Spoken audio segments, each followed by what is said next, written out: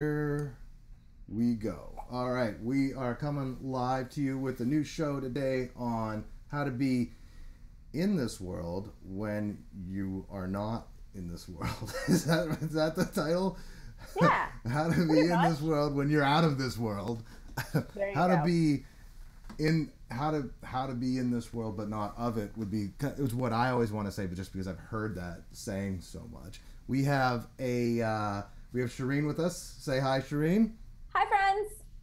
And we have a new guest, Shakti. Say Hey hi. there. Hi, everybody. Shakti is our minister of comments, so she will do her best to anyone who's commenting in that you can say hello or whatever, and Shakti will be your voice. Looks like comments are working. Yes, Hal. Okay, cool. So, Shireen, why don't you kick off with what inspired you for this, and then I think Shakti also has something to chime in with. Okay. I'm all in, baby. All right. So we were talking about what topic we should discuss today, and I'm just in a place in my life where I'm trying to like tighten it up, trying to get better at life, basically, which I imagine we're all doing, which is why we do these live streams, watch these live streams, are a part of this kind of a conscious conversation. And I find that sometimes, like managing money or really taking care of like health and fitness, like the very physical, tangible things of this world are like actually quite difficult for me to do well because my brain is so in the future or in the vision or in like saving the world or like, eradicating human trafficking. Like I'm so out, like I'm not in my current moment or in my current circumstances or in a spreadsheet. Like I just find that that's my weak spot. So I don't know. I think I'm just coming to terms with the fact that I'm a little bit like not that great at things that are normal people things. And so I thought maybe we could discuss because I know a lot of Wayseers probably have the same kind of feeling. Like they're all very creative, they're all very inspiring, they're all very big risk takers. Like they like adventure, and sometimes when you're that type, you don't freaking love looking at a spreadsheet and managing your money. So yeah, it's just kind of just thinking about that lately. Yeah. Well, I absolutely agree with you, Shereen. I think we live in a mundane world. We live in something that I call a matrix, and doing the everyday things like going to work or fixing your roof. Right? Those things are hard for me. And so what I do, and I don't know if this is a word that we've used a lot on this channel, but I do something called astral traveling. And so I am flying out of my body all the time, even when I'm like consciously here. And so it's so much more interesting for me to be in different dimensional realities. And so coming down and actually embodying my whole entire being has been a struggle for the past 3 years. And so I'm really glad we're talking about this. I would love to hear what you guys have to say. What do you think, Garrett? Because I'm about to go crazy on that one. I'm with both of you. I mean, I was just thinking today, like I can't wake up. I'm just like walking. I'm like stumbling around, and I just can't like get the fuck awake. And I'm drinking pounding rock stars, which is like Red Bulls except bigger cans, and um, I don't know. I mean, getting to the gym and having a good workout, that helps. That like helps get me grounded. That helps get me like on this planet. But I know, like what you're saying, Shakti, it's like, astral travel. It's a funny word. I think if there was another word that didn't sound so far out, I think, a lot of people could real. I mean, I know a lot of people Okay, can relate to it, but I think there's probably like something like daydreaming or something that we all can like say, oh yeah, it's that, or it's kind of that. Like, I don't know. What's the doorway to astral travel? Is it daydreaming? Is it visioning? Is it, You can call it that for sure. I would say out of body experiences. That's yeah. Well, probably okay. more of So a I just accurate. I have Yeah. to chime in here because it's crazy that you're mentioning this because first of all, I literally never heard that word in my entire life until Sunday. I just went to this little get together with all these like artsy fartsy conscious chicks here in LA. And one of them was talking about this and how we all do it in our sleep, that we like sort of like hover over our bodies and we like go to other planes and do work that we're not even aware of and then we come back. Yeah, And so it absolutely. sort of gave me a little bit of like a, like what the freaking hell is this? So it's kind of fun that you're giving me a little education because I don't know shit about it. Always fun. Yeah, yeah. I'm gonna back up Shireen on that one. But I've been to like what do you call it, energy healers and stuff like that, and I've had like someone who's reading my chakras or something like that. She was saying like you're not in your body most of the time. You're traveling, you're doing astral travel or whatever, and I'm like.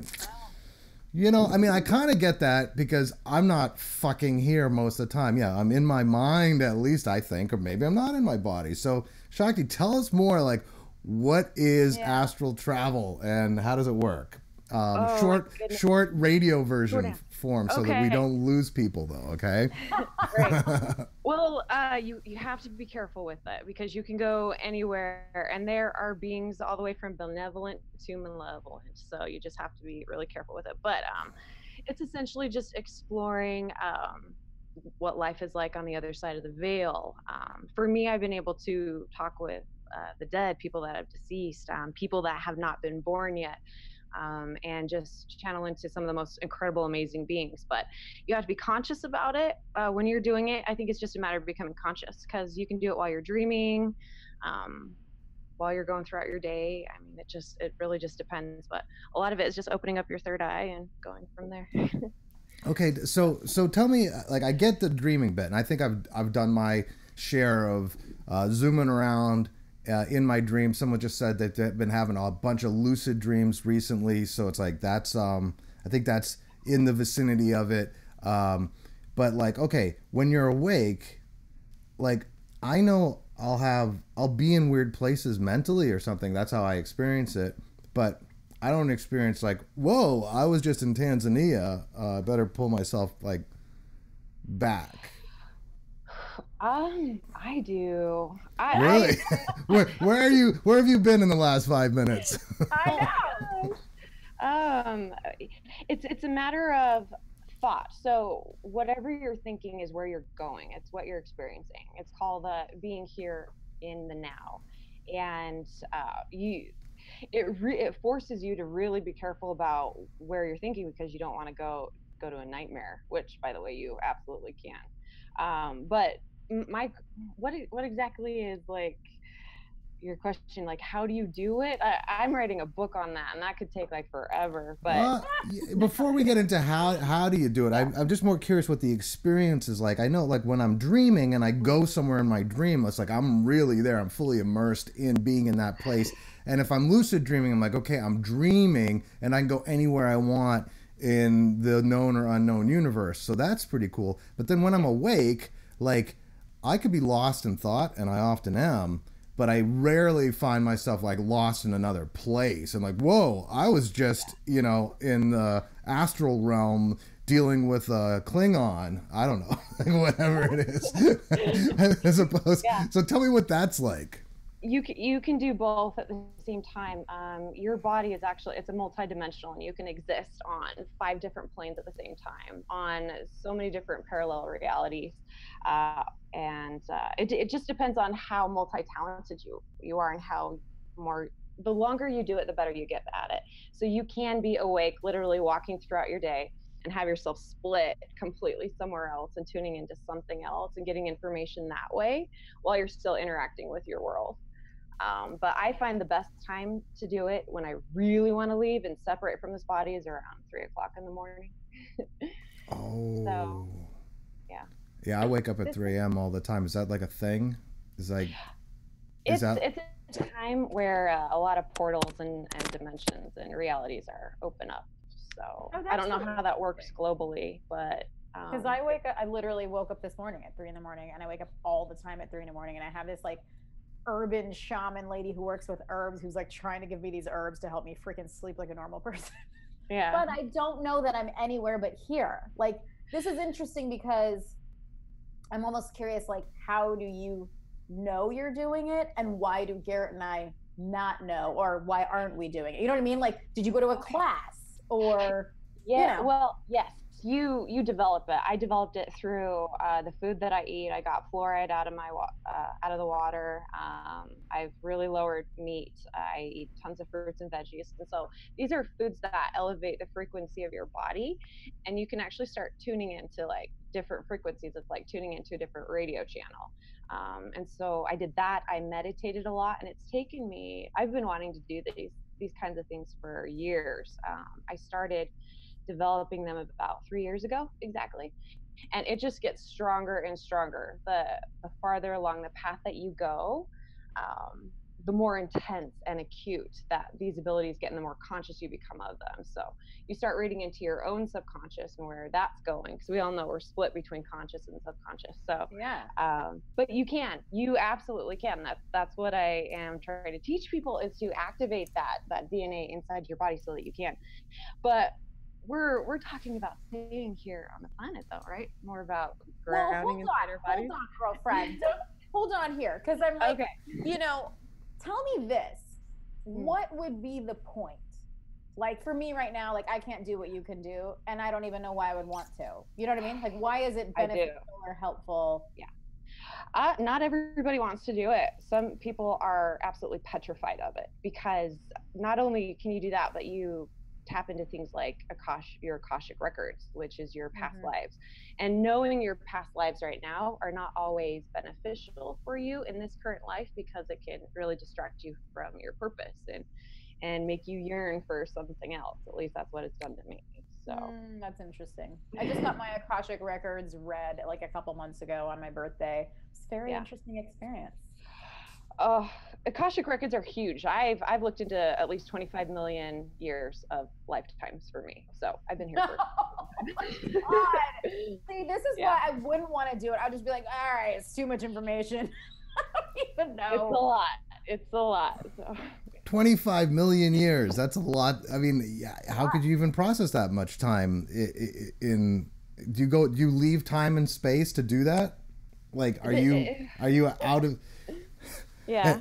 And this all reminds me of my favorite thing when I was young. My favorite version of astral travel was when Mr. Rogers would be like, okay, it's time to go to the land of make-believe. Like, I'd be like, yay, we're going there now. Like, I think that was like Mr. Rogers tuning in to the Indigo generation. Like, all right, this little tribe here that's coming on this planet, they all like to go to the land of make-believe, so let's do it. Like, that was my favorite place. Yep. He might have been tuning into it. I really did. So, okay, so hold on. So, like, I feel like I don't really still know why it would be good. You said, like, why it might be not good. You know, it could be, like, overwhelming. But, like, why would someone want to develop this?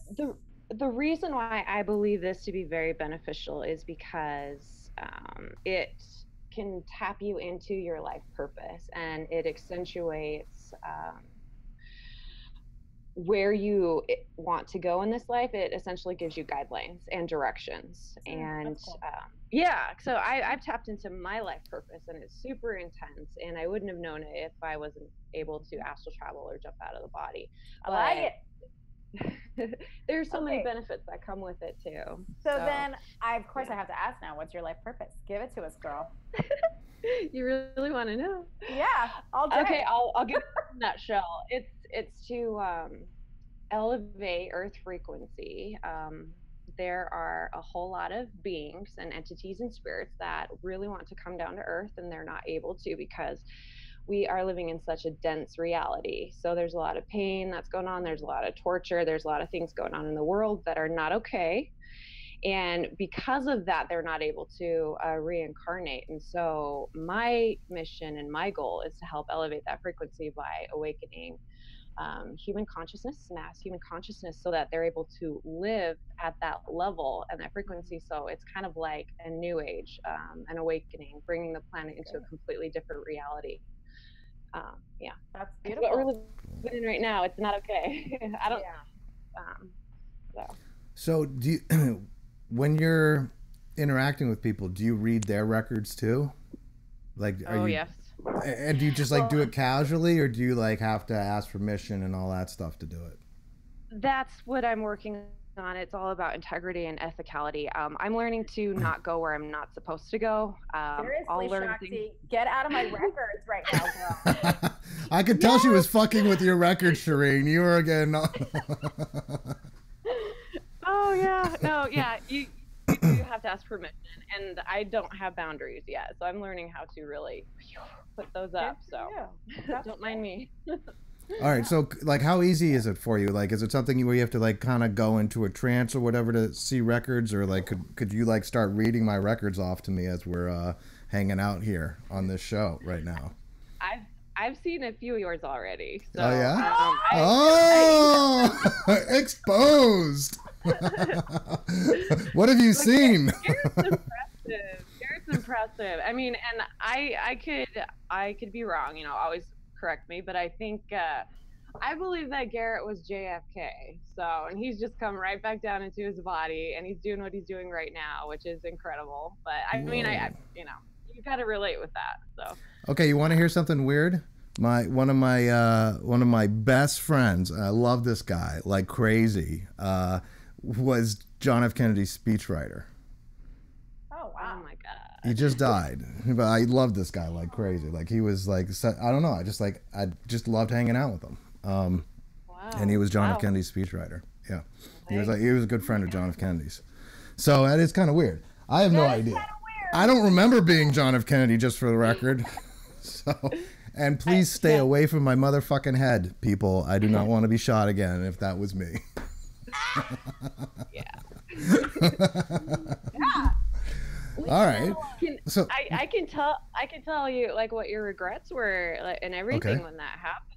Like, well, you felt like you had neglected your family a little bit. You wanted to spend more time with them, and you were so focused on your career and so dived down into that it just kind of happened, and it was like a blackout. But you really made your footprint, obviously. But yeah, that's all. Holy shit. Okay, tell me that this is some. Well, I mean, that really rings true for me. Like, I am crazy family oriented now. Like, I will continue. Like, if I have a choice, career or family, every single time I've chosen family. And it's just been like actually a real detriment to my career, and which is why you don't see a lot of videos and stuff from me, is because oftentimes the kids need attention or something of that sort. So I am, and I think there's always been, okay, another thing that rings true about this is there's always been a fear in me about becoming too well known or too prominent, and it's like an assassination fear. That's always been a deep-seated fear of mine my whole life. Well. And now we know why. Yeah. So like literally, you know, doing stuff out, like, you know, making videos, and you'll notice most of my videos, I'm not very, like, my voice is on them, but you don't see me very much in the videos. And I think it's like, because like, I don't want to be killed. Like I have a fear of death in me of like being too out there. So that's, yeah, that's weird. Okay, that's a weird thing. Now, what else you got? Let's just do this. Tell me what else you got. Do a reading. Let's do this. Shakti. What? Oh God, so exciting. Shoot. All right. Where can we go with this? Well, you did ask a question, Garrett, about time. Like, how do you exist all in these multidimensional realities all at the same time? I've learned that time actually bends in on itself, and so you can experience it past, present, and future. And there are things that you can even do. You can go back into your history and your past and change your energetic blueprint by interacting with it astrally. So I don't know. It's this. I learned all this stuff from Teal Swan. Is anybody familiar with her? No, but I want to get back to like me. No. Let's talk about me. Yeah. Oh, is that what you were asking? Yeah. Like, what else? Yeah. Do you see anything else in his records? Any other? Jesse's yelling, "Read Garrett! Read Garrett!" Yeah, read me. Okay. I give you full permission. You could be as crazy. You can say the most far out shit. It's okay. I give you full permission. Yeah. Because we're live, so why not? She's like, we're about to. This is dangerous, people. She's gonna be like, you know what you did.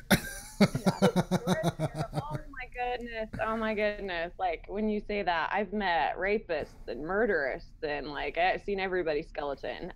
But no, that's not Garrett. That's not Garrett there. Kurt. Just don't be saying anything I did in this lifetime, because I might not be outside the statute of limitations. So no, I'll keep you safe. I've seen energetically where Garrett's at right now, like where you are emotionally, and it comes in pictures and visions and images, and you have to interpret those when you receive them.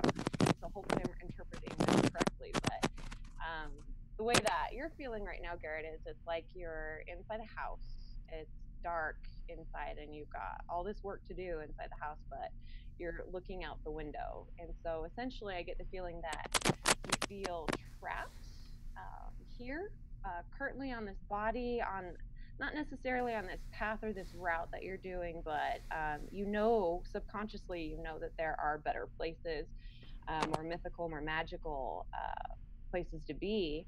And essentially, while we're here on this planet, is we're doing our job, we're doing our duty, and you kind of want to get on with it and get done with it and just leave and go somewhere.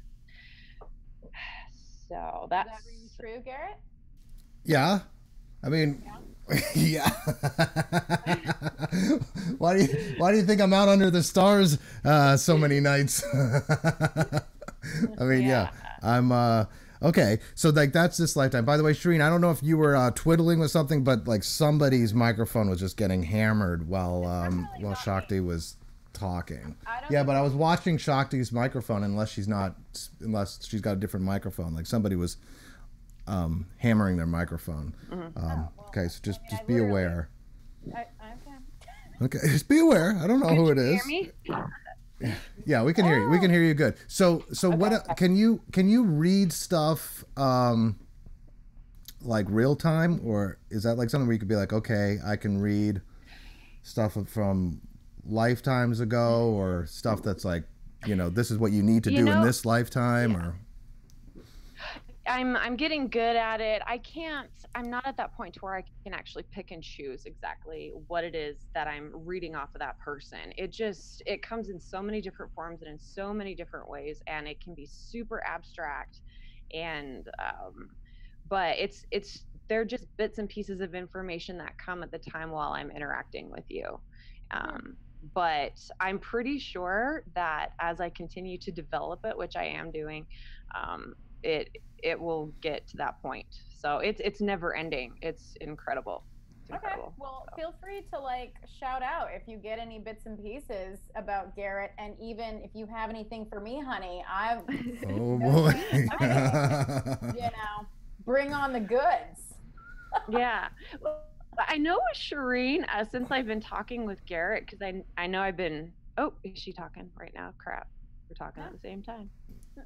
No. Is it overriding? Okay. Shereen, you don't astral travel too much, not a lot. You're in your body quite a bit, and invested in your life and what you're doing. So, which is neither good nor bad. It just means you're having the full experience. Well, that's because she's got little babies. She's got little kids running around. You can't be traveling too much when you got those babies to look out for. That's right. You gotta be here for those kiddos. Yeah. So what other things that you said you were before you came or something, you had a couple hits. I love this. This is a lot of fun. What were the things that you read up on me, like besides the JFK thing, or in more detail, like whatever you got, because I'm finding this hilariously fun. I have to forgive my technology. It froze and I completely missed that question. So what other things have you read on my Akashic records or whatever? Like, what are the other things that you've read? Like, I'm just curious. Like, is there any stuff I'm supposed to do, or maybe you could go into a little more detail on what you've already said, because I was a little distracted by the microphone thing. Right. With you are more of a mentor for this life. You are someone that can really get behind a very talented person and just make them bloom wings, like just give them wings. Because I'm pretty sure that you're older than I am when it comes to your lives. But with having that fear of being assassinated, and that is a very real fear, and I understand that fear, and most likely because it did happen to you. looked into my Akashic records, I've been burned alive. Like, it gets as deep, dark, and as gruesome as it comes, and you remember all of it if you go into that. But the way that I see you, Garrett, is that you're very family oriented, and the role that you've taken in this life is you really enjoy waking people up, helping people, giving them that boost, that fire, but you want to stay more in the background as of in this life. You enjoy family life a lot more than you do publicity. And yeah, just being a mentor and doing what you're doing right now, you're already living it. You're already living that life. So I would say you're already on the path. Cool. But yeah. What else? More comes later. Wait. What comes later? What's? Oh, it just comes. The more I continue talking with you, the more proximity that we have. Yeah, I was talking with you last night. Oh, yeah? A lot of the times it's with your higher self or your subconscious, and sometimes it will hit the conscious, and when it hits conscious, you'll actually remember it. You'll remember our conversations. Whoa! So what did I say last night?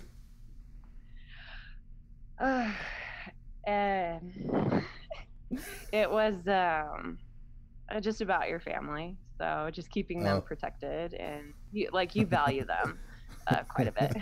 Yeah, don't be spilling any of my secrets. I won't. We'll talk later. No worries. Shereen's just there like bad boy. Well, like I want to know, because like honestly, like with me and Garrett, I'm always trying to get him to be out more, and just like I want him to get his shit out. Like I just think he's like such an awakening dude, and like so talented, and clearly has like just like such spiritual power. So I'm always wanting to like push him off the cliff and like get him to like spread his wings, whereas I feel like your reading is kind of saying let him be. Like he's been through a lot, and he needs to just like be in this like sort of like family mentor role in this lifetime. So with all that context, like if I were to ask you right now, like what should Garrett's next moves be? Like what should he be focusing on in his work? Like what comes to you? It's a 50-50, definitely. He loves his career. He's not giving that up. But you just have to balance your time, like, and know what your priorities are and where you want to go. And he's already pretty good at that. And no, Shereen, keep pushing him out the window. You're doing your job. It's what you're supposed to be doing. So he needs that. Yeah. Cool. So what's our collective roles together? Like if we've been having conversations and it seems like you're drawn to this work, or at least this show, have you had any insights of work we're all supposed to do together? You and Shereen are you connect with the very 3D dimensional, people that are here, invested here and in the now. And so, I don't have any complaints with what you guys have spoken about, what you've talked about. It's been very interesting. It's why I tune in all the time. So you're already doing that. Now my role with you guys is it's to be determined. It depends on, how things go, of course. So. Now Jesse is yelling at us. You shit, Garrett. I don't know where that's coming from, Jesse. I get that it's in good spirits, but I don't know what in particular you're referring to. So Jesse, what provoked that? What provoked that, Jesse? Okay, so now Larry's like, straight up, most of this woo-woo stuff is nauseating to me. I'll stick around in case there's a payoff, though. Okay, well, so this is where I was trying to ground us originally, because we're dealing with the whole spectrum, and you just said, like, the 3D stuff, and I'm interpreting that as third density, like, in-the-world stuff. Like, how does somebody who's focused on in-the-world stuff translate all this woo-woo stuff into something that's actually useful to them? And I'll give you some kind of tips here. One is, like, Albert Einstein arguably changed the face of this planet. He's the one who tipped off the president about nuclear power possibilities. He did the whole E equals MC squared. He was a pivotal figure in in how the world works. And I'm going to say, like, he used to get his ideas from what I would call sort of like the astral realm, which is like the dream space. Like that's where he got his information from. Thomas Edison, Tesla, same deal. They were getting their ideas from like this other place. Even Steve Jobs like talked about how LSD was like what got him to be able to get his ideas from this other place. So if you want to be like straight up an inspired genius on this plane, you also have to you have to like be able to get to the other plane too. Now you can get to that other plane just by dreaming. Like when you have a problem and you're working hard on a problem, you can go to sleep and think about that problem as you fall asleep, and your dreams will kind of help you answer that riddle, which is what Thomas Edison did, which is what Leonardo da Vinci did, which is what Albert Einstein did. But then the additional thing here that I think Shakti is turning us on to is that realm of your great unconscious mind is something you could be accessing consciously on a moment-to-moment basis and getting all kinds of very insightful inspiration. So that's for you, Larry. What else we got here? Yes, you hit that right on the dot. That was good. So it's where all the magic comes from. Yeah, and I think the other thing is like we get hung up as human beings on words too much, and sometimes like we'll judge a word as I don't know, conflicting with our belief system, and then like we become defensive towards those words, which is why I was saying, okay, we're going to start talking about astral travel here. And I know there's like anyone who's not into woo is going to be like, and even people who are going to be like, I don't know if I can get on board with those words. But it's like having different words for God. It's like having, different words for feelings. It's like, so you could call it astral travel, or you could call it like divine inspiration, or you could call it just like the creative muse. You could call it like, there's so many different words that we can use to conjure things. But really, the fundamental is that we are, everything is symbols in our conscious world. Like your conscious mind can't hold enough information to not turn everything into symbols. So everything that you see and hear and all the words you hear, those are all just symbols, and those symbols are pointers to the reality, but they're not the reality. And therefore, if you want a richer mind world, a richer ability to process information, you need richer symbols. And so astral travel is like a very rich symbolism that you can access that gives you all kinds of information you normally wouldn't have access to. But all that information inherently still has to be in your mind for you to access it. And so some people might call it astral travel, others might call it the land of make-believe or your imagination. And I think imagination is the portal to these realms of intelligence that when we're being 3D or terrestrial beings, just in our physical selves, we go, it's just your imagination. But imagination is what created all of human society, is built on imagination. Otherwise, we'd just be monkeys swinging from trees still. Like, that's all we'd be. Maybe we'd be, plain apes that hunt. But even like hunting with spears, like somebody had to have the imaginative idea that this pointy stick can help me hunt. Or if I rub these two things together, I get a spark and fire. And like most of what human beings have created over many, many millennia are acts of imagination. So where do those inspired, imaginative ideas come from? That's astral realm as a way of explaining that. Jump in there, Shakti. Correct me where I'm wrong, because I don't hang out there as much as you do. Okay, yeah, I don't want to talk too much though, because this is your show, man. No. This is we have you on here, and you've been a great contributor so far. I'll tell you to shut up when I get bored of you. All right, I'll take it. Well, you have it in the very nature of your channel. It's way seer. So you have the word SEER in there, which is a seer. A seer is essentially a prophet, is someone that can see into the future. you know, people call it woo-woo stuff. There's no scientific, you know, physical evidence that comes behind that. But if we were to, the way that I see it is, if we were to stand behind all that physical evidence that we absolutely have to have before we actually believe something, we wouldn't get anywhere in life. And astral traveling, moving out of that and pulling it into this 3D reality and creating something out of those ideas that you got while you were in that other realm, is where genius comes from. And that's where your videos are all about, Garrett. Like you say, oh God, what it, so, playthings of our souls. It's, you know what I'm talking about. Yeah. Anyway, and so all of that is just reached from these different dimensional realities. And the thing is that navigating it is, it takes a lot of experience. It takes a lot of work, because you can run into spirit guides and all these entities that are just surrounding your head, and you can hear them and you can see them, and they can get really pushy because a lot of them, they want to experience life through a body, and they don't have a body, and we do. And so there's a lot of opinions that are going on in the astral world.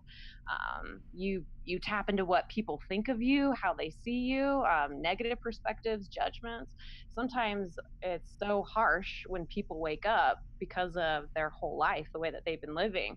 They all of a sudden can start hearing what their mom thinks and what their dad thinks, and it can be crushing if they don't have a good self-image of you. And so there's just so much information that comes in all at once that a lot of people have psychosis issues, or they develop bipolar, or you know, the awakening of the Kundalini is a very energetic process. It comes all the way down from are you guys familiar with Kundalini? Is that a word that we need to?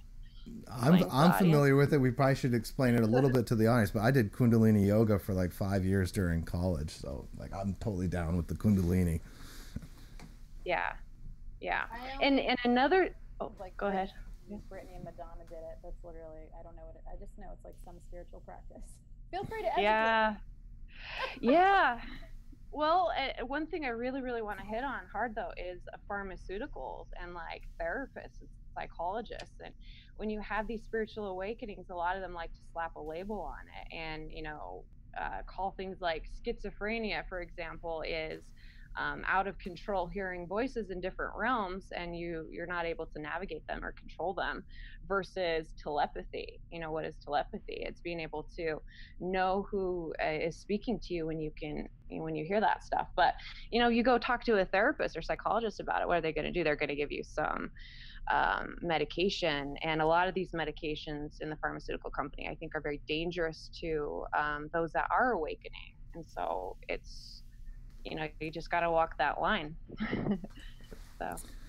So this is interesting. So one of the things you've mentioned a number of times is watching out for the entities, and I got to agree with that. Like, I've experienced sort of being psychically fucked with enough that I you know, I'm definitely on guard with it. And you know, as I've been dabbling with psychedelics, you know, there's something in me that like recognizes in the come up, which is like when you're starting to trip, and it's like it's kind of a surge of out of control feelings, and where are you going, where is your mind melting to, and I've on a number of occasions experienced some sort of entity kind of trying to engage with me, and I don't know what their intention is, but it doesn't feel like it's me. It feels like this something that's external to my psyche, and I want to trust them, but I have a very small sphere of psychic trust, and that basically boils down for me to be like the Holy Spirit, Jesus Christ. It's like, if you know, or one of my angels, and it's like, if you're not one of them, or like maybe my deceased godmother, if you're not one of them, like, I don't fucking trust you. Like, and so a lot of times I'll just be like, look, I am here just to seek the Most High. I might be tripping balls and out of my mind, but I know where up is, and that's the only direction I'm willing to go. Can you speak to like any of that stuff? Like, when someone's tripping, are they in the astral realm? Are they, what are they doing? Like, what's happening there? Yes. Okay. Yeah, definitely. And I think that I know that your technique in only wanting to speak to your higher self is a safe way to go, because there is so much noise in the astral realm, and you do have to be careful who you listen to and what you're listening to. Um, a lot of reasons why people are afraid of taking this route and actually going down the rabbit hole is being exposed to those entities. And you once you're awakened to that stuff, you start realizing the state that our planet is on. It's like, so people are like, don't wake up, because you're going to feel what it's like for a cow to get slaughtered, or for a pig to get slaughtered, or what a mass shooting feels like, because you can tap into that kind of stuff. Yeah. And a lot of it is so horrifying, yeah, and traumatizing. um and but the problem is that if people don't wake up and become awake and realize what's going on, then we can't do anything to change it. And so I'm going to tell everybody, I'm going to say, go gung ho for it. Like, go as far down the rabbit hole as you possibly can, because it will shift and it will change your soul and the purpose of your soul and why you're here, and you'll be more of a force for good than anything. But there are techniques that you can do to protect yourself from lower vibrational beings. So what are some of those techniques? I I do I don't know if I should. Okay, I do a crystalline consciousness technique, and I paid a mentor a few $1,000s to learn this. It taps into a very high frequency energy grid. It's like getting a higher computer. I process information a lot faster, and that's why I think that I can do these kinds of things. But there's meditation, there is visualization. Everybody has to find out what works for them, because everybody is so different. All I can tell you is what I do and how I protect myself. All right. Well, I'll tell you what I do, because why not? And I feel like this can help people, especially if you are a traveler, a wanderer, a wayseer. I think it's very risky to kind of go exploring. And the reason I think it's risky is because the psychic territory is, like, if you think of hard drugs like heroin, right? Like, that'll suck you right in. But that's just like a stupid little chemical. Imagine some very, I don't know how to say it, magnetic being or entity in the astral realm or wherever. It's like they could suck you in for lifetimes. I just worry about that. So for me, there is this character, my imaginary friend, if you will, when I'm going to the land of make-believe, is Jesus Christ. And so, like, now, is that guy real? I think he's real. I experience him as real. Others might say, no, you're just talking to yourself. Well, whatever I'm talking to, like, my highest self. If I'm not talking to, like, the highest self, which is how I regard him. And then the Holy Spirit I regard as, like, the light or the memory of the ultimate God. And so it's like, I'm willing to talk to the Father, the ultimate source of all reality. I'm willing to talk to the Holy Spirit, the memory of that source of all reality. And I'm willing to, be guided by Jesus Christ and his angels to, like, go somewhere. But, like, aside from that, like, I start to get a lot of trepidation, because I just have an instinctual sense that there's so many boogeymen out there. And maybe that's a fearful way of approaching the astral realm, but I just feel like it's street smart or astral smart. I don't know. That's just kind of, that's where I hail from. I don't know. And and I'm saying that because if anyone else is out there doing psychedelics or astral traveling or whatever, it's like, I don't know, protect yourself. Like, it just seems like, geez, you'll put a condom on for fucking a stranger, but, like, you go let some crazy entity into your mind and hijack you. That seems like really dangerous. Yeah. And that can definitely happen. If I could talk about meth for a little bit, that's a lower drug that's a very demonic drug, and it will pull as many demons towards you as you can. So I try to steer clear from that. I'm huge on earth plants like mushrooms and marijuana and ayahuasca. Those will lead you in good directions. But Garrett, you were saying you weren't sure if Jesus Christ or these entities that you were experiencing were external outside of you, or if it was something that was inside your head. What you learn as you go more down this path is you find out that there is a whole universe inside every single person, and your whole subconscious is a whole playground. So you could have like, monsters in your own subconscious, but after a while, when you get to know yourself super well, you can tell the difference between an external entity when you really are talking to something outside of yourself, and what is inside of yourself. You can tell the difference between the two.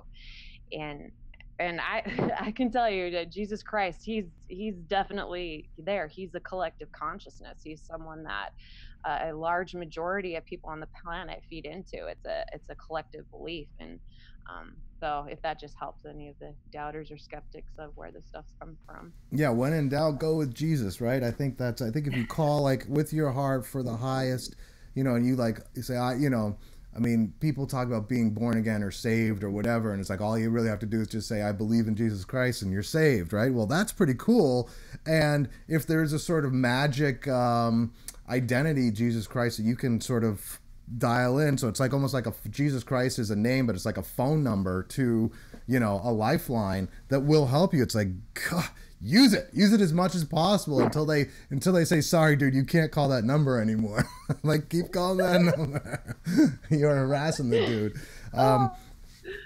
So I think that's an important thing. Someone just asking, whoa, Garrett, DMT or shrooms? I can only say shrooms because I've only done shrooms. I have a number of friends and acquaintances and know a bunch of people who've done DMT, and they all say it's fucking awesome. But a lot of times it's like they don't quite remember what was awesome about it or how it was awesome, or they can't explain it. I don't know. I mean, I haven't done it yet, but it sounds to me very much. Do you know anything about this? Anyone here? No? Shakti? Yeah. I do. Yeah. Yep.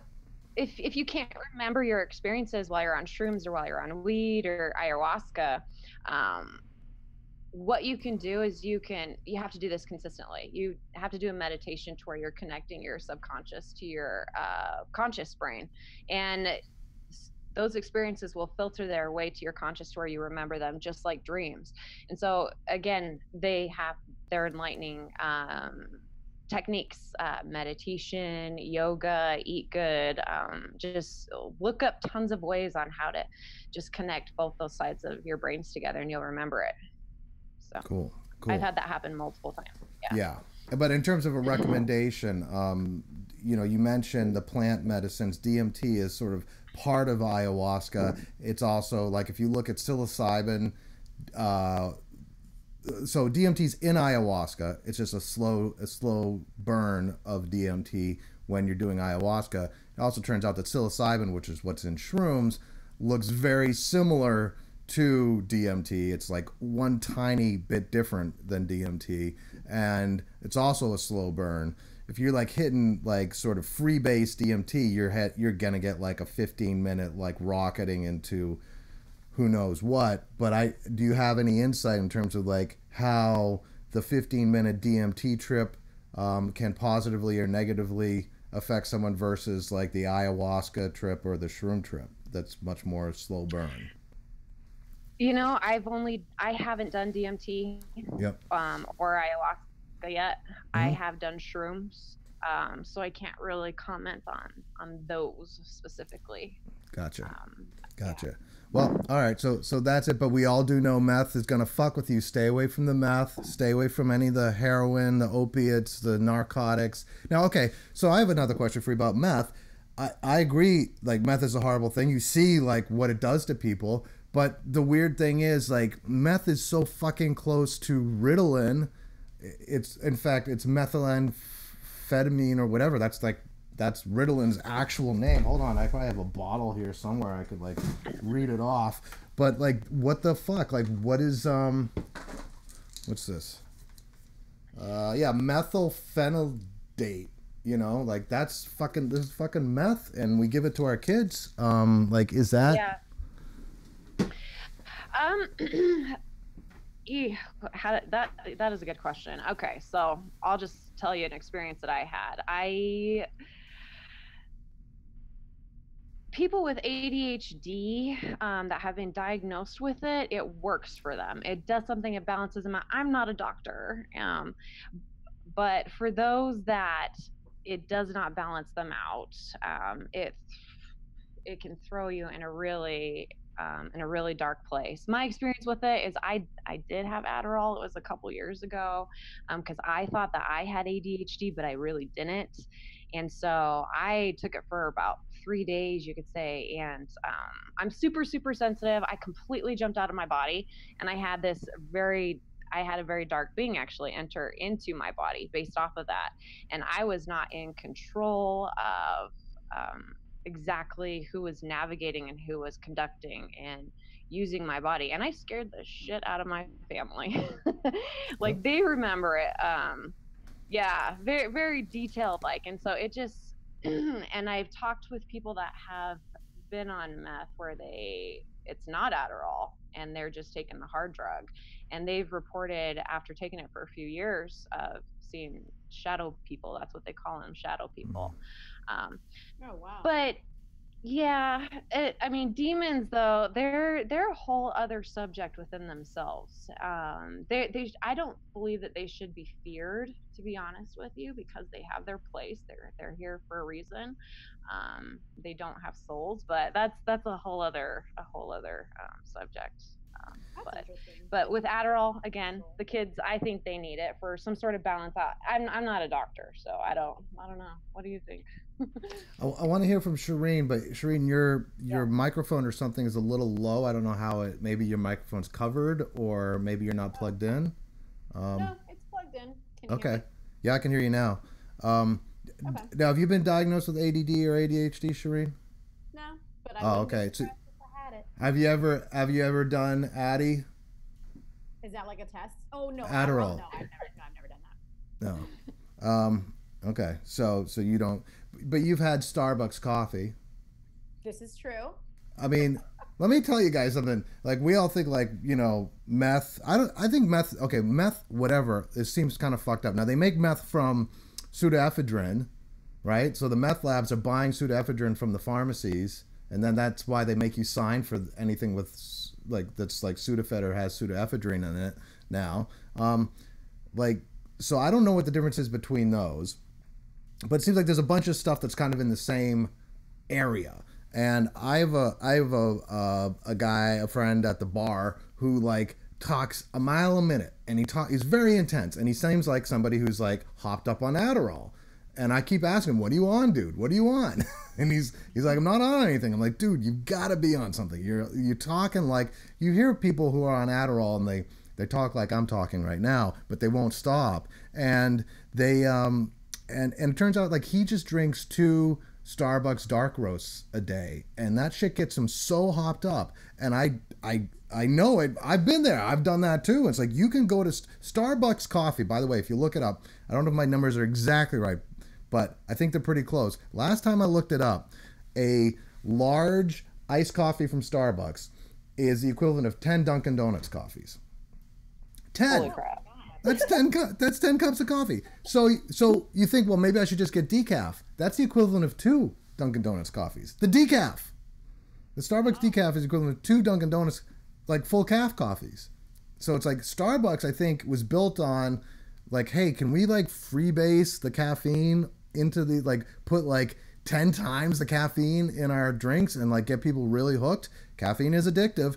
And so I think like we're all kind of living right now in a hyper stimulant world. I have to drink like 2 or 3 rock stars just to wake up in the morning now. And everybody's hooked on Starbucks, and people are taking Adderall and Ritalin and Concerta. It's like, okay, so, and then we've got all the meth people, meth fiends, and it's only the meth fiends that are seeing the shadow people, but it seems like, Jesus, aren't all these other things kind of in the same vicinity? Yeah. And I haven't taken hard drugs. I'm just gonna say that right now, like cocaine or heroin. But I'm starting to believe that as I meet more people that have, each drug takes you on a completely different trip and a completely different reality. And I believe that the longer you take it and the longer you go down that road, the more you can explore it. So yes, be careful with drugs. I'm just gonna say that right there, obviously. But sugar does the same thing. Sugar is just as addictive as meth is, and sugar will age you prematurely. Starbucks putting that in their coffee, it would make complete sense. It's what they do.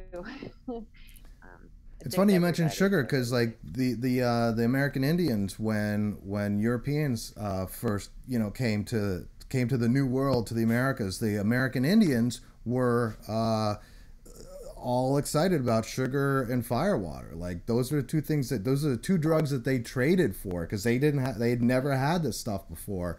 So like those were like legit, like firewater, alcohol, and sugar were like the two things that like the American Indians were like, whoa, give me some of that stuff. That's some good drugs right there you got. So that is interesting that, you know, we got to remember sugar is a drug. People are talking on the chats here about peyote, DMT. You know, I haven't done peyote, I haven't done DMT, but I would say like peyote is what mescaline is from, and the people I've talked to who have done it swear by it. They say it's good. I mean, I think it'll make you throw up, so just be careful about that. So will ayahuasca. I'm not in the mood to throw up when I'm about to trip. Like, I don't think I want to do that, you know? It's like, that doesn't seem like a way to get a good trip going. It's like, I'm just feeling nauseous and throwing up. But well, if I can throw something in right there, when it comes to ayahuasca and DMT, these are kind of they're sacred earth plants, and so they're not just for a regular trip. Hey, let's go have some fun and do this. You do it with a purpose and intention in mind. You do it for cleansing, for purging of the body, and so not recreational, I wouldn't say, but I'm sure some people use it recreationally. well, and I would agree. I would say even with shrooms, like if you're actually going to take a significant dose of shrooms, respect it. People who do these things at music festivals, that's to me is just like exposing yourself to these entities in the astral realm. Exposing yourself, like being wide open on something like shrooms at a music festival to like all the fucked up other people there. Like, no, don't do that. Like, go do this on your own in a sacred place. Like, that'd be my recommendation. I would not.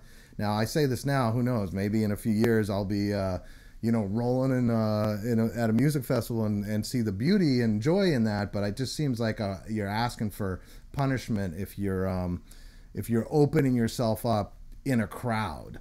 You know, because people are carrying around all kinds of like psychic or psychological nonsense that they could kind of, I don't know, Yep. you could catch because you're wide open on this stuff, you know?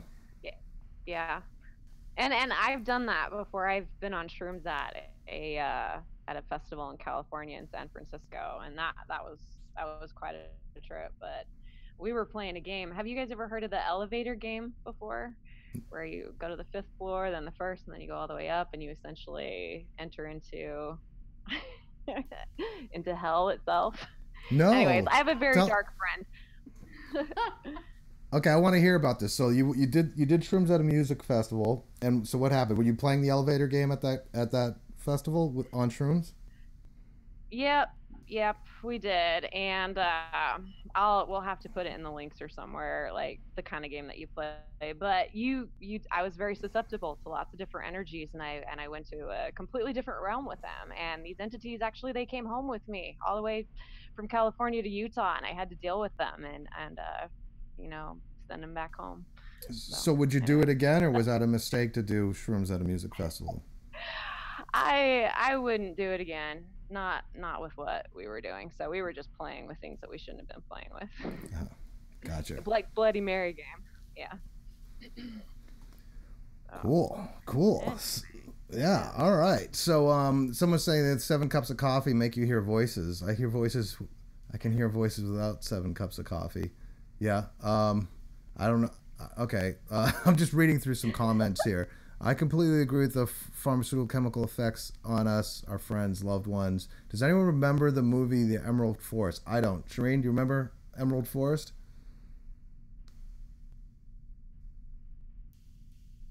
I think I'm having technical difficulties. My mic's not working that great. Oh, I hear you now. Oh, okay, good. No, I've never seen that movie. Okay. But actually, guys, you're on a hella roll, and my babysitter unfortunately needs to get off early today. So I think I'm gonna pop off here, and you guys just like keep this party going, okay? Sounds good. Sounds good. Hugs and Take care, kisses. Shereen. Bye. Bye, Shereen. Good to meet you.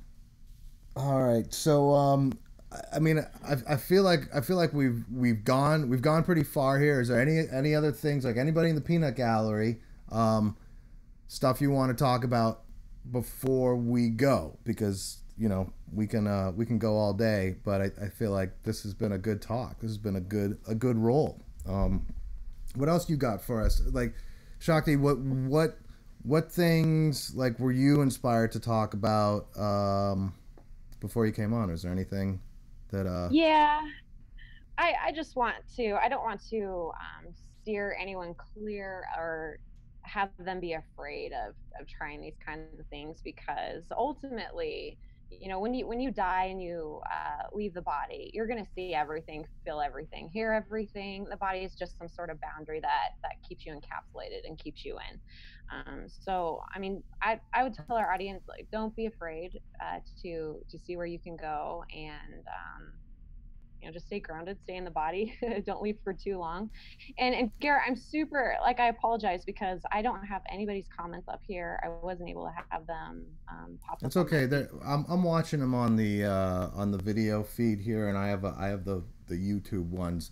So someone's saying lunar eclipse tonight. Don't panic. And how do you intelligently astral travel with skill? I created, everybody has something called a Merkaba, and you spell it Merkaba. And it's an energetic shift that you can put yourself into. It's, again, it's on you'll learn about that as you go, but that's how I protect myself, is when I go somewhere, I put myself literally inside this energetic ship, and then I direct my thoughts and my consciousness of wherever I want to go. So if you can just control your thoughts, honestly, then you should be just fine. Huh. So I got into lucid dreaming. That's about as like I throw up every time I do shrooms. Oh, it sucks for you. Try tea though, Sarah. Make shroom tea. I've heard that's easier on your stomach. Or you could also try lemon tech. But you could give those a shot. What the tea does is it takes the psilocybin out of the mushroom, turns it to, I don't know. You can look up what the tea does. I don't know exactly what it does. But in terms of like astral travel, like I had a period in my life where I was totally vegan, meditating like an hour a day, like just so like bent on, I don't know, spiritual experience / perfection. And I was having lots of lucid dreams where I was flying and stuff like that. What's the difference? Like what's you talk about this spaceship you can get into to go traveling. Like what's is this something you prefer to do while you're sleeping, or is it something you do like when you're meditating, or is it something that you just happen to be doing like all the time because you're so used to it? Like what's the progression? How do you kind of get into the astral travel game in a constructive or positive way? Oh yeah. Oh, that's a good question. The way that lucid dreaming, astral traveling, being awake. The thing is that there's so many parts to your emotional body, your physical body, your mental body. That the thing is that everybody's doing it to some degree or another. And you said that you were vegan. You've already done that. You've gone down that road. I'm vegetarian. I haven't done meat for a really long time. So number one, it's all about the body. You have to be healthy. You have to care about what's going on in your body. It's your vehicle. Processed foods, GMOs, fluoride out of your water, all that kind of crap. Just elevate it that way. And then again, with the meditation, the yoga, I work out a lot. Just again, it's about keeping your body in shape. And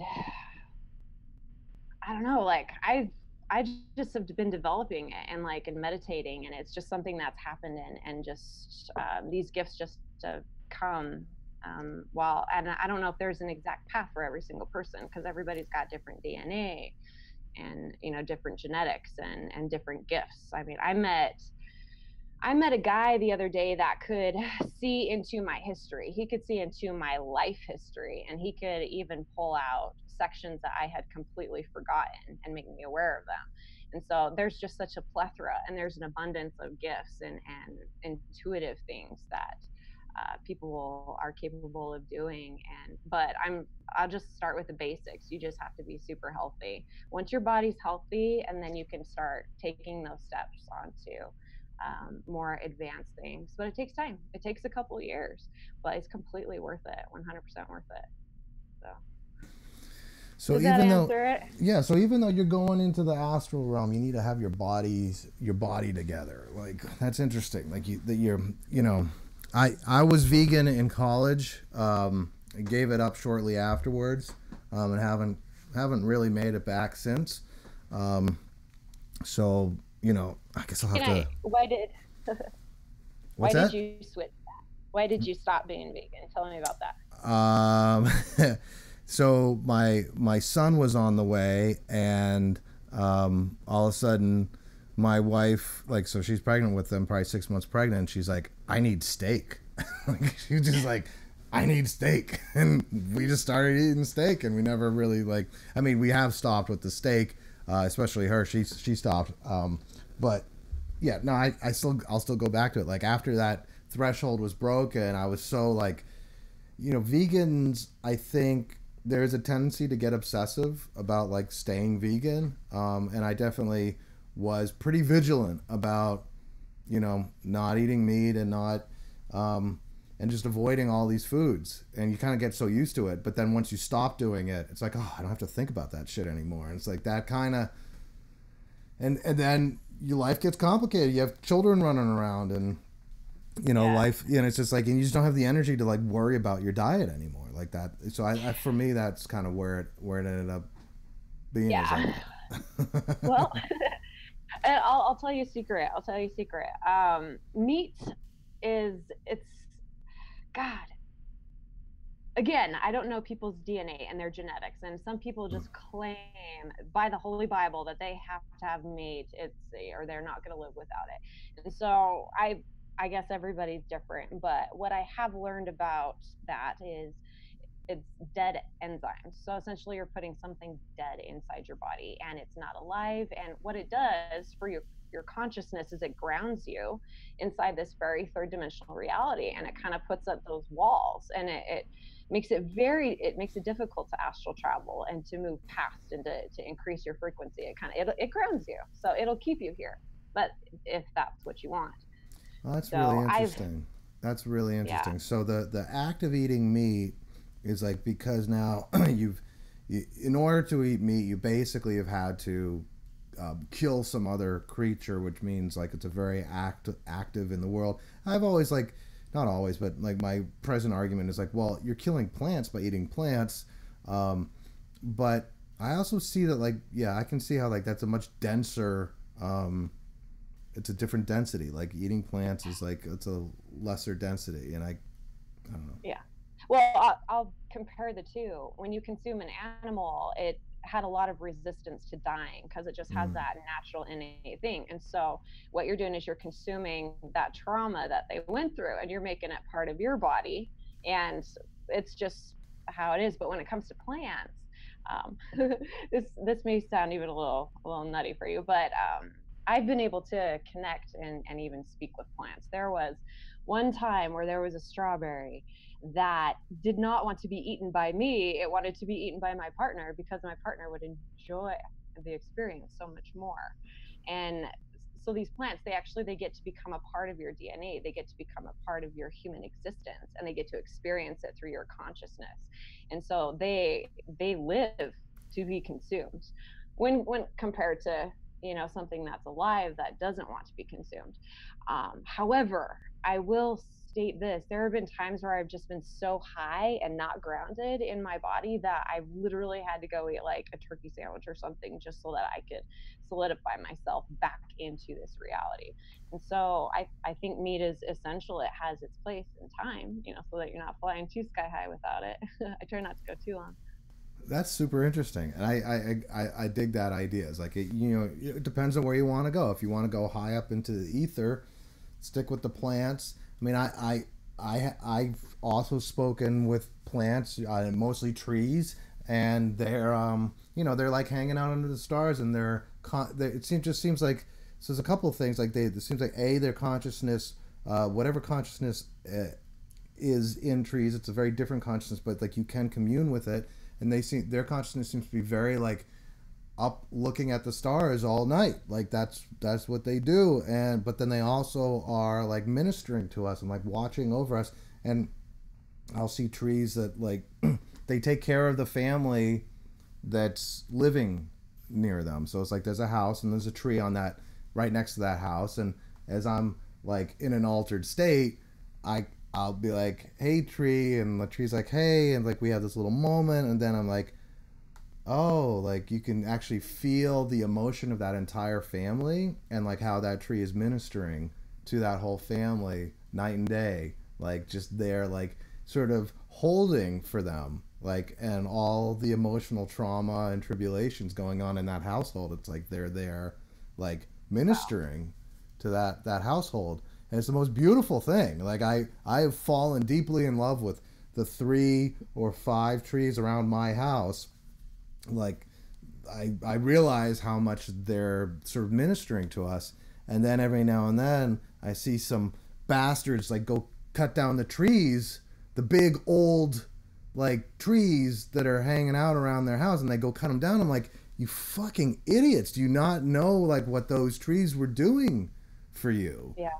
It just seems like, we're blind as I don't know, we've got this human blindness where we're just like think, oh well, I want my house to not have those trees blocking the sun or whatever. It's like, yeah, you don't realize that those trees are like ministering to you. They are the best thing about your property, is these 100, 200, 300 year old trees like sitting on your property, and they just cut them down. It's like that drives me crazy. That drives me more crazy than people, like the animal killing that is involved in meat. Like I've actually I get upset about the trees. And then the weird thing is, like recently there was this house on my block, 3 huge trees, like their trunks were like arm spans, and they were just gone one day. I'm like, holy shit, I cannot believe this felt like a massacre had happened. And then I'm out under the stars on my shrooms later on in that week and talking to the other trees and saying, hey, sorry about your friends. And they're like, no worries. Like we're all just consciousness. Consciousness doesn't die. And I've just definitely noticed that about shrooms, is like, they're like, there is no death. Like there was one time when I was suicidal and I was on shrooms, and I'm like sort of expecting the shrooms to like rush in, like I was suicidal and I was like in a really bad place, and I was expecting the sort of shroom spirit to come in and be like, oh, I'll get you right. Like that's what I was hoping it would do. That's why I took them. It's like, okay, the spirit of the shrooms would come in and get me right and be like, you poor thing, we're gonna show you the light, we're gonna make you feel better, we're gonna get you out of this depressed state and help you not kill yourself. And yet the weird thing was that they were like completely neutral about it. They're like, you want to kill yourself, go ahead, it's no big deal. Like you don't cease to exist, like it's up to you. And I just find that really weird. And I may have shared this with somebody, and I want to say almost like my son pointed out at one time. It's like, yeah, the mushrooms like grow on like decaying carcasses. Like they're literally reincarnation. Like they are like, so I don't know. I'm just ranting here. Well, it's a fungus for sure. It's a fungi. It takes you, again, it's its own subject. It's its own genre, you could say. Yeah. But with the trees, that is amazing that you've connected with them. Trees are unique within themselves. And when we run upon humans that are just they're just looking at the aesthetics of the situation. Let's cut down this tree so I could see out my window and so that the sun could come in. Hopefully we can get humanity to a point where they're learning to live with nature instead of against nature, as in, yeah, we're the only beings on this planet, we're superior, we're the highest, so we have a right to destroy everything around us.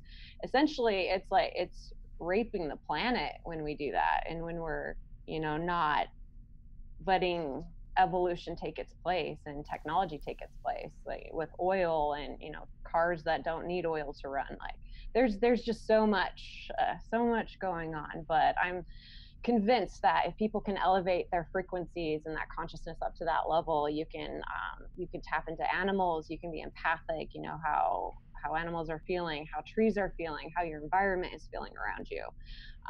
I just don't want our planet to turn into something like Mars, where we take everything from her, and too late to go back. But Right. And there's some sort of folklore or scientific mythology about, maybe Mars was where we were before we fucked it up, and we're now the recolonization of another planet after we screwed up Mars.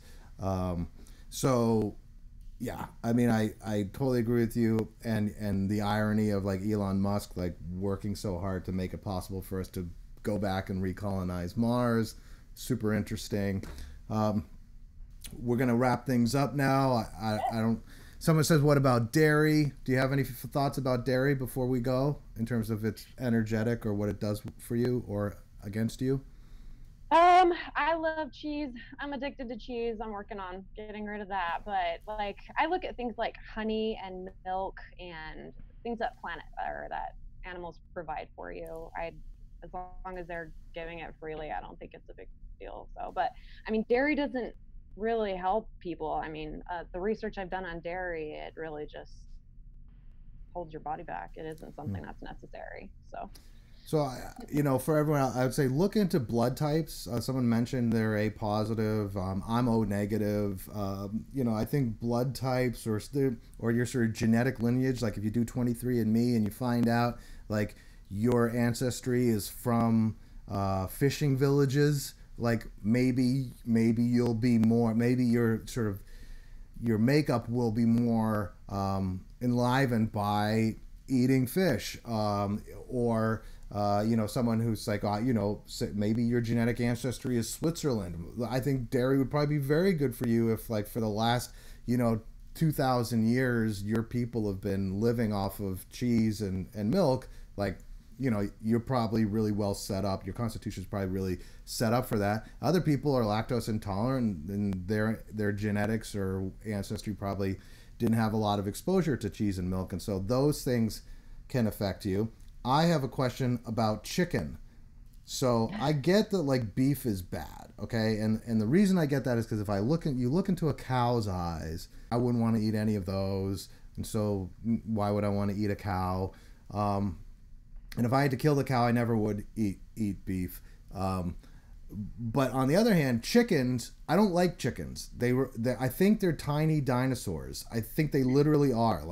And I think if you look recently, they've been saying Tyrannosaurus Rexes had feathers, okay? And those motherfuckers fed on our mammalian ancestors, and I think chickens are like mini T-Rexes. I think they're like lineage. I think they're probably related to Tyrannosaurus Rexes, and I say fuck those chickens. I will eat those chickens. I will. It's payback time. Chickens, and I don't have a problem with eating chickens, because I regard them as little dinosaurs, little Tyrannosaurus Rexes that deserve to be killed and eaten. I don't know. I don't believe in suffering, but I also don't. I think chickens will even eat chickens. They eat chickens. Like chickens will eat chickens. They'll eat anything.